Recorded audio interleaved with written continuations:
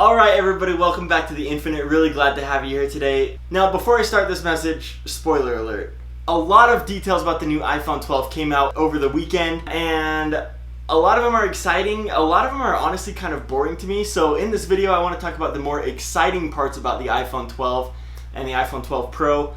Things that we can really look forward to, things that I'm sure excited about to have it as my next phone. So if you haven't already, make sure to like the video and subscribe to the channel down below so you can help us reach 1,000 likes by the end of this year. Really glad to have you here, and let's get started, shall we? Okay, first thing I want to address is this chart that came out over the weekend, which was the global top 10 smartphones in Q1 of 2020. Now, number one smartphone on this list is the iPhone 11, so that's exciting. After that, we have some other phones that nobody's ever heard of, and then coming in at 1, 2, 3, 4, 5, 6th place, we have the iPhone 11 Pro Max, and coming in at 7, 8, 9, at 10th place, we have the iPhone 11 Pro. Now, this got me thinking, and it's really interesting. Look at how much the iPhone 11 outpaces the iPhone 11 Pro Max and the iPhone 11 Pro, both of which sold roughly between 3 and 4 million units. Whereas the iPhone 11 sold right about 18 million units. Okay, so about 4 times as many units of the iPhone 11 sold as there were the iPhone 11 Pro and Pro Max. Now, I was thinking about why this is.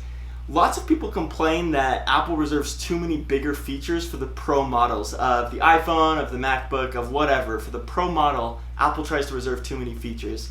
I think that this chart tells otherwise. I think Apple needs to be giving even more features to the Pro models of their products. I think that their growth would drive a lot more if there was more selling point behind the Pro than there would be to just get the 11. The 11 and the 11 Pro aren't that different, honestly. Not many people care about OLED screens, and not many people care about an extra camera. So they'll go with the iPhone 11. So I want to talk about things that they can add to the iPhone 12 Pro that'll really make it a bigger deal. Now, first of all, let's talk about this leak from Front Page Tech, John Prosser. He kind of gave us the pricing and some of the nitty-gritty details about the new iPhone lineup. Kind of the word was, okay, well, there's nothing left to leak. Like, it's not really that exciting anymore.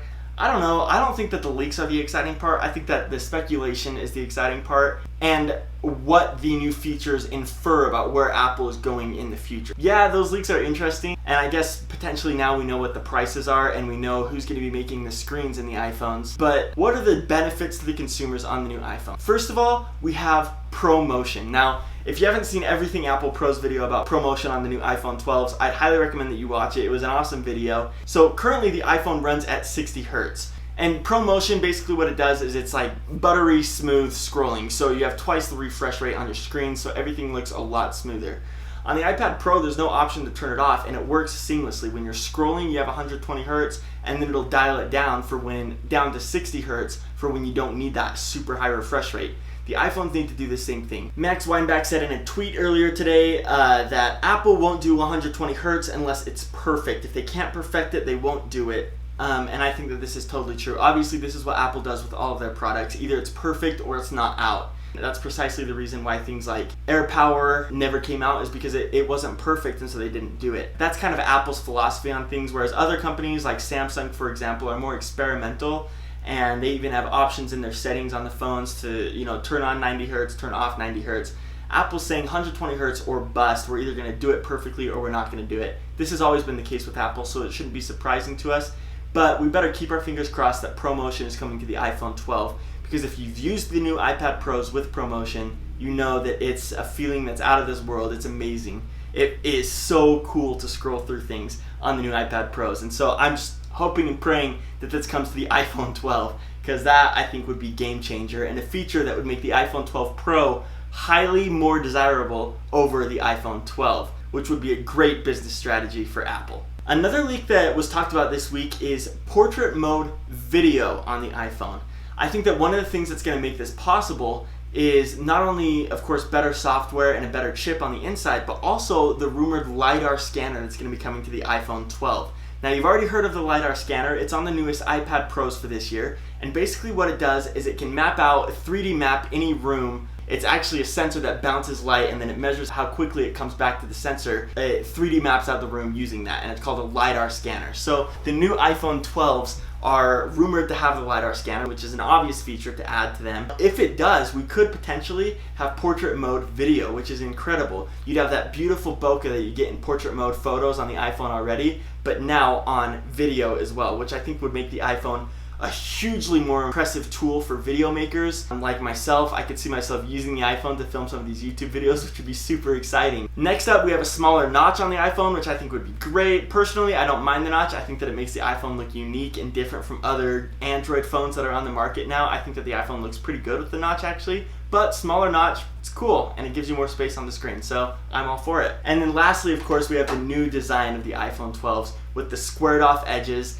My favorite design so far that I've seen, but I couldn't find it again to put in this video, is stainless steel edges that are always going to be silver stainless steel, and then you have the color of the iPhone on the back, and then of course the front, very slim bezels and smaller notch, which slim bezels, by the way, is another feature rumored to come to the iPhone 12. So all of these features I think are going to make for a fantastic upgrade from whatever iPhone you have now to the iPhone 12, and hopefully the iPhone 12 Pro. If Apple can continue to add better and better features to the iPhone 12 Pro and still make the iPhone 12 a desirable phone, but without some of those high-end, really great features that more and more people are going to get excited about, then the iPhone 12, just like the iPhone 11, will always 4x sales of the iPhone 12 Pro and the iPhone 11 Pro, because those higher-end phones are a lot more expensive by $300 or $400, and the features that they give you are very minimal. I'd get them because I love Apple and I appreciate those features and I'd notice them, but most people are going to say OLED screen, can't even tell the difference,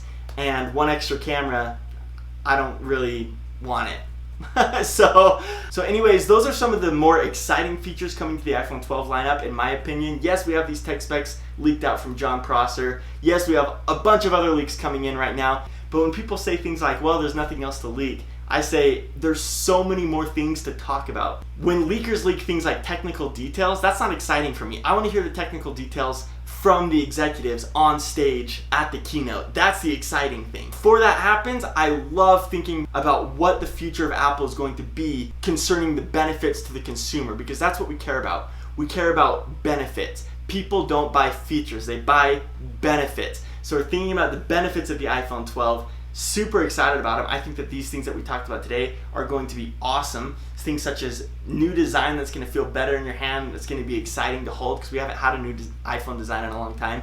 A larger screen, ProMotion on the phone, which will make your phone feel a lot faster and a lot sleeker. And finally, portrait mode video, which I think is going to be a huge benefit for consumers as they create videos, as they do more and more videography. It's going to be a pretty spectacular feature if that ends up coming. So thanks so much for tuning in. Again, remember to like the video, subscribe to the channel, share it with your friends, because I'm really trying to grow this channel here, and it's not easy to start off as a new YouTuber, so I'd really appreciate everything you do to share this video. Thank you so much for tuning in, and we will see you again tomorrow with more about Apple news and concepts. Thank you so much for tuning in, you guys. Have a great night.